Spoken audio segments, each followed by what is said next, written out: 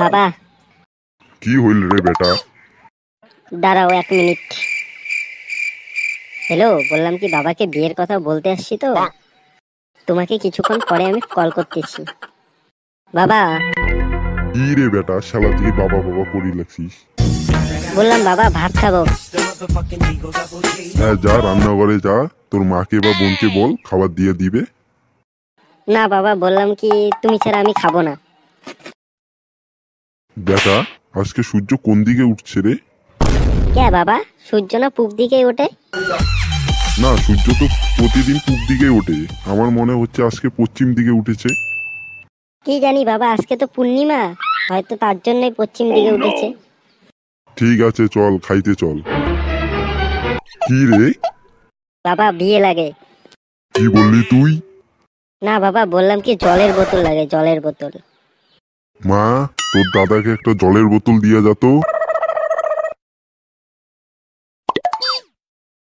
বোন, বললাম কি তুই ভালো জামাই পাবি, ভালো। তোর বাবা কি রকম ভাবে রাগ করে, তোর খাবই না। কেন রে, আমি কম বয়সে বিয়ে করেছি। তাও কত বছর বয়সে বিয়ে করেছে তুমি? একবারে কম বয়সে, নাই করেও 40 তো হবে। বললাম বাবা, কম বয়সে বিয়ে করলে কি কোনো কিছু হয়? কেন রে বেটা, আজ হঠাৎ বিয়ের কথা?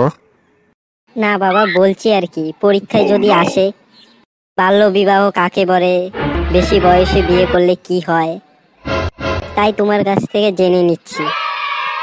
ও আচ্ছা, ঠিক আছে। এখন তাহলে আমি আসি বাবা। হ্যালো, বলছি কি, বলবো বলবো করে বাবার কাছে যাওয়া হয়, ভয়ে আর বাবাকে বলাই হয় না।